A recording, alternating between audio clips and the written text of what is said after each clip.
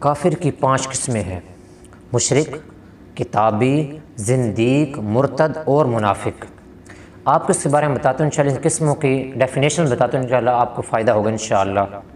مشرک، جو شخص اللہ پاک کے ساتھ اس کی ذات و صفات میں کسی اور کو شریک کرے، غیر اللہ کو مستحق عبادت اور پرستش، یعنی اس کو عبادت کے لائق سمجھے، اس کی پرستش تسلیم کرے، مشرک کہلائے گا۔ کتابی، جو شخص اللہ پاک کی دوسری نازل کردہ کتابوں کا بطور نزول تو اقرار کرے، مگر رسول اللہ صلی اللہ علیہ وسلم پر جو کتاب نازل ہوئی قرآن پاک اس کا بطور کتاب اللہ انکار کرے۔